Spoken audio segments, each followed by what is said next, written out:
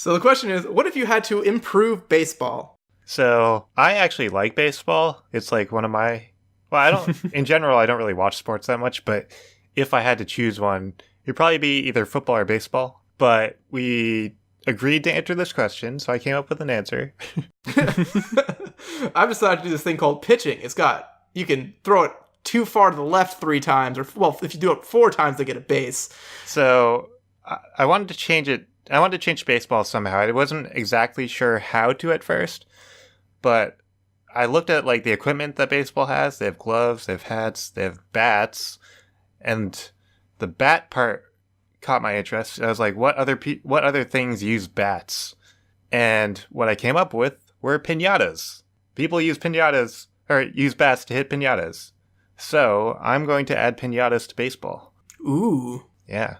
So this is how it's going to work. First off, all the innings are going to be timed, just because that is one thing about baseball I agree is that it can get kind of slow. So just timed innings solves that. And then instead of pitching, so the way that people usually do piñatas is they hang it from a string and someone can like pull it up while the guy is swinging at it if they want. So he's like can miss it and stuff. Mm-hmm. So the pitcher, instead of pitching a ball, he's going to be pulling the string. And then the batter will be blindfolded, because that's usually what people with piñatas do. And he will do the standard 3 spins with the blindfold on home plate. He'll stand on home plate instead of like in the batter's box. And I actually imagine that there will be 4 piñatas surrounding him on home plate. And the pitcher has control of all of them. Okay. And he basically just tries to break the piñatas as fast as possible. And when he breaks them, if he misses 3 times, then he's out. But you gotta keep the classics. Yeah. But if he breaks one and they misses 3 times, then it goes into play. And all the candy that fell out of that first piñata, he grabs into a bag, he collects it into a bag, and he runs to first. And at first plate, because we have to have the fielders do something, because there's no ball anymore. So at first base, there is a cannon. And this is a candy cannon. So he's going to stuff all that candy into the cannon, and he's going to shoot it into the field. And all the fielders, instead of gloves, they're going to be wearing sombreros.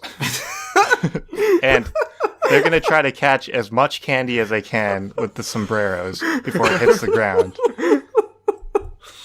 And whatever they catch in their sombrero gets thrown out, and that's out of the game. Whatever lands on the ground goes towards the score of the batting team. So that's how you score it.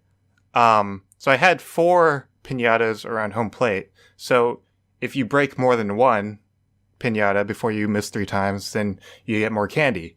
So the cannon at first base can fit as much candy as you're going to get from that first piñata. And then if you have more candy, then you run to second base and fill that cannon with whatever you got from the second piñata. And whatever you got, not necessarily candy in the second piñata. Well, yeah, just how much candy you got. And that's basically how like doubles and triples are going to work. It just depends on how many piñatas you break before you miss 3 times. I love it. And then at the end of the game, you basically just weigh all the candy, and whatever team has the most amount of candy wins. What would be the ideal candy for your team to use that's going to have like the, I guess, wildest aerodynamic properties to make it hard to catch in a hat? I feel like Laffy Taffy is going to spiral strangely. I was just going to say Laffy Taffy because they're not all shaped the same. Yeah, Laffy Taffy and if you have like the little like fun size bags of Skittles and M&Ms, those are going to they're going to shift around in the bag. Yeah, they're going to like flutter and stuff. Yeah. Also like Smarties probably, because Smarties could also come open. Ooh. Yeah, because they're just like twisted. Yeah. But they don't weigh a lot, so you're going to have the weight probably. That's true. They're not going to go that far. They're going to be able to pull the outfield end for you. So this will be like part of the team strategy, I guess, is picking the type of candy. Yeah, you can go like all in on like big jawbreakers to try to get the maximum points per thing that lands, or Yeah. you can go like the scatter like. What if you just put in 2 of those like 5-pound gummy bears? Oh God! Oh yeah, I also forgot. I forgot the catcher because the catcher has to do something too. So I had the catcher stand by home plate while the batter is batting, and instead of a batter's box, there's gonna be a batter's circle, and the catcher can't go inside the batter's circle, but he has to try to catch as much candy that comes out when he first breaks the piñata, and whatever he catches, the batter can't take with him. That makes sense. And if the catcher eats all the candy before the batter gets to first base, he's out. Yeah. And I guess like decorating the piñatas might be part of it too.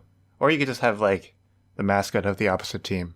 Ooh, that's cool. That's a little little rub-ins. Yeah. So that was my improvements to the sport. I think I did better than Marcus. I disagree a little Mine bit. would be more entertaining to watch. Okay, I would have agreed until I got to the ball pit. The ball pit, I think, puts mine slightly above yours. Oh, and the winning team, so whatever team wins, their candy goes to the fans. Oh, that's nice. Yeah. Wait, the candy that landed on the ground or the candy that's in the hats? Let's say hat candy. I was going to say the ground candy.